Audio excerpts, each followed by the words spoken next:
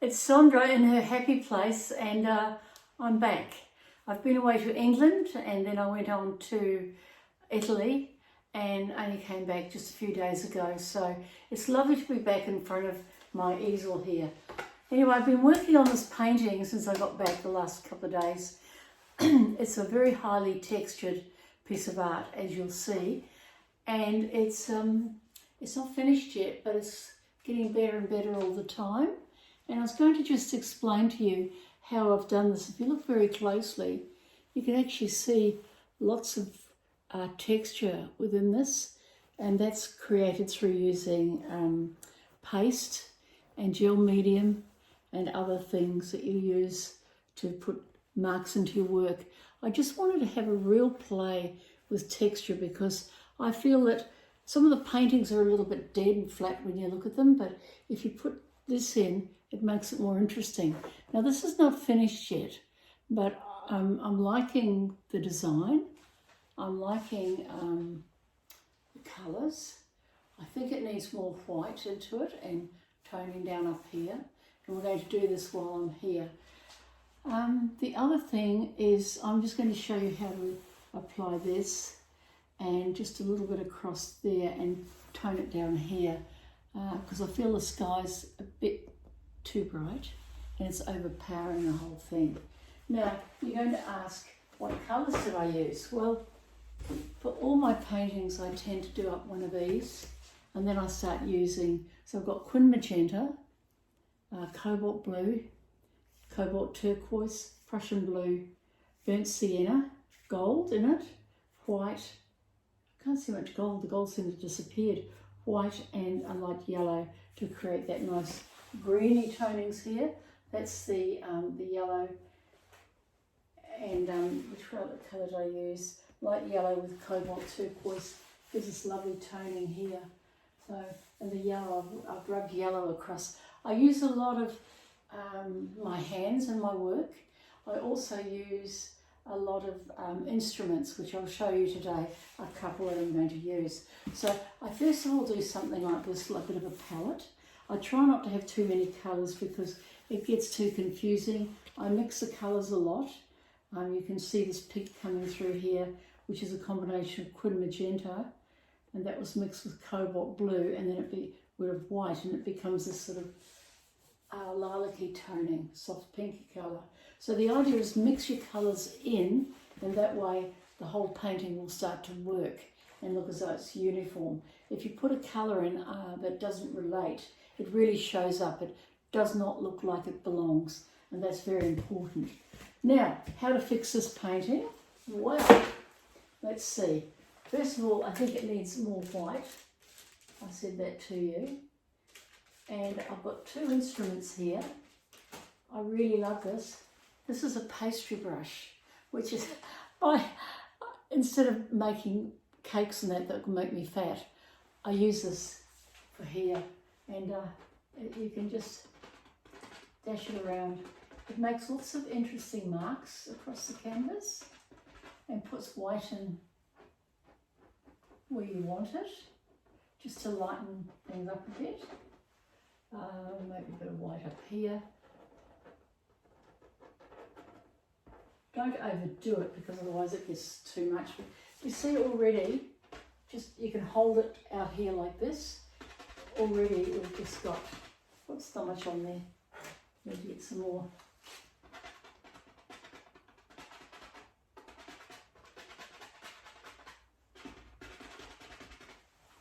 Sometimes you'll make a mistake, it's not a problem, just wipe it off. Now that looks a lot more freer, doesn't it? It's freed it up. It's not quite as controlled as it was, and just doing this and flicking, it's wonderful. It's a wonderful thing to use, this mixed media, and I'll be doing a whole unit on mixed media one day. So the other thing I think it needs is more of using this big wide palette. I love working this. It's just to run it across. You see how it's getting those nice marks coming through? So I'm trying to create a sea that looks like it's sort of got the sun coming through. It's at the end of the day, and you've got the tonings of the sky coming into here. But I'm also trying to put in some interesting marks, and because it's so highly textured, it will pick up all of those marks. And looking back, you need to come back and look, and yeah, it looks like the sea's really moving and getting a bit rough here, and that's good. We don't want too many straight edges, doesn't look right. Okay, now let me have a look now. I think I need to now get hold of a brush. I'll better still this. I love using these lovely sponges, and this one is white. I'm going to put more white across here.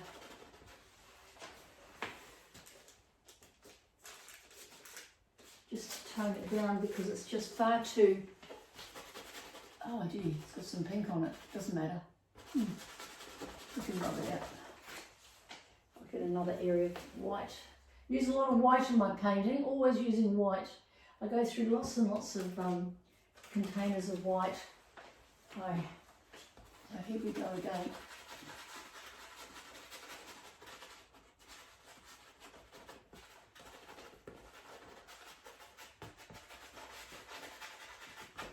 Let's have a look at that.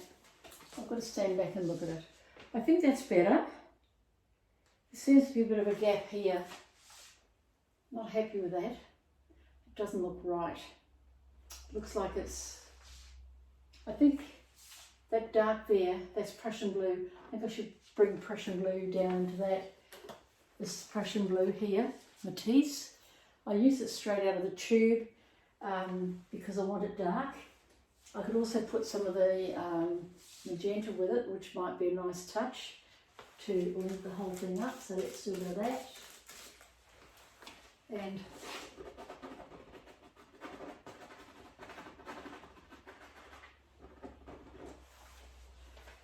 I think that's better. Your eye doesn't go there in as much because it's following there and across and setting the dark parts up, which is good. Prussian blue is a wonderful colour. I use it a lot. Take it virtually straight out of the tube. And if things just aren't working, it's easy enough just to throw the Prussian blue around. Just don't overdo it, that's all. Now I think that's got more contrast between light and the dark, and that's what you want. You want the contrast so that your eye goes to where the contrast is. If you want the wow factor contrast, just remember complementary colours, which I'm going to do a whole unit on colours soon, and that should be quite interesting. I've got a lot of interesting things to teach. And if you use two complementary colours opposite, then they can really create the powerful wow factor. Well, I quite like that. I sort of think I need a little bit more white into the hill. So I'm just going to find wherever it is. Where are you? Funny how you lose things, isn't it? Here you are. I use a palette knife too, so and I'm just going to put a little bit of white.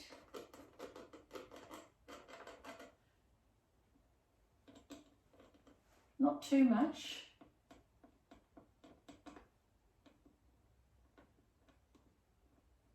Oops, that's really overdone it, hasn't it? That is too much. I said to you not to do too much and I've done it. So not a problem, you just get your good old trusty rag and wipe it off.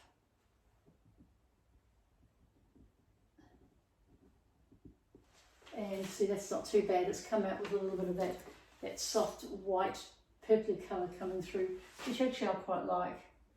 So,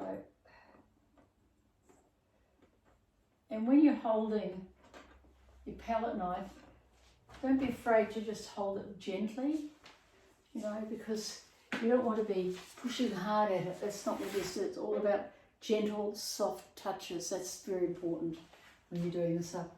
And I'm just trying to get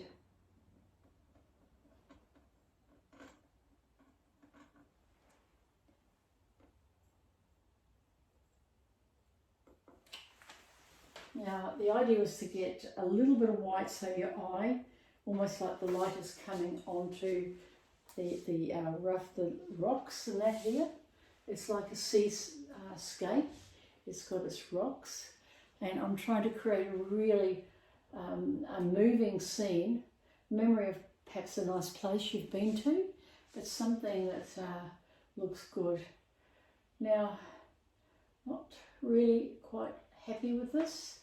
I feel there's almost too much white now, but because it's still wet, I don't want to do anything to it. So I think what I might do at this stage is just leave it and just see how it develops. It's just a quick 10-minute lesson anyway, just to show you. I think I might be putting a turquoise toning across around here so that you've got more focus there and maybe here, because I feel it's drawing the eye all over the place. You've got here, there, there, there, there. So you're going all over the place, and that's not what it should be like. So I think to tone it down, I need to put like a glaze across, which is probably what I'll do. And I'll be putting this up on Blue Thumb, where I sell my art, which is an Australian site, Blue Thumb. It's www.bluethumb.com.au. The other thing is I do have a website, and I've got a few lessons there. I've only got 2 at this stage. I actually haven't had a lot of time to be doing teaching, but I'll be starting something very soon on, first of all, colour, because I think that if you understand colour, you're almost halfway there to creating a nice painting. If you don't understand colour, you can just keep loading it up, and it just doesn't ever seem to look like it belongs. You've got to create like a family of colour. If you've got your family of colour, that's everything in a piece of art, and that's what will sell it. So I've found that when I really pay attention to colours and make sure I check, I find that that has been quite, it's been good for me, and I started to sell a lot more art once I started to play with colour. So that's why I want to teach you as much as I can, but I can't do it all in a 10-15 minute lesson. So I'll be starting another little, I suppose you'd call it a little mini program just on colours and how they work. Anyway, it's lovely to be back. That's all I can say. I'm so happy. I'm in my happy place. I love being here.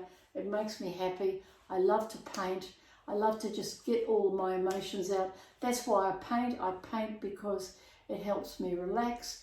I'm in a dreamlike state. I'm happy, I'm positive, and I feel I've achieved something. Okay, thank you so much for watching, and look forward to seeing you, and thank you, those followers. Really appreciate it. I've only been going on YouTube, I guess, 6 months. Already I've got well over 1,000 followers, so it's looking good. So I am happy to teach, and I'm a genuine person who just wants to help everyone become the artist they wish to become with the bit of knowledge that I have. Anyway, take care. Thank you. Bye.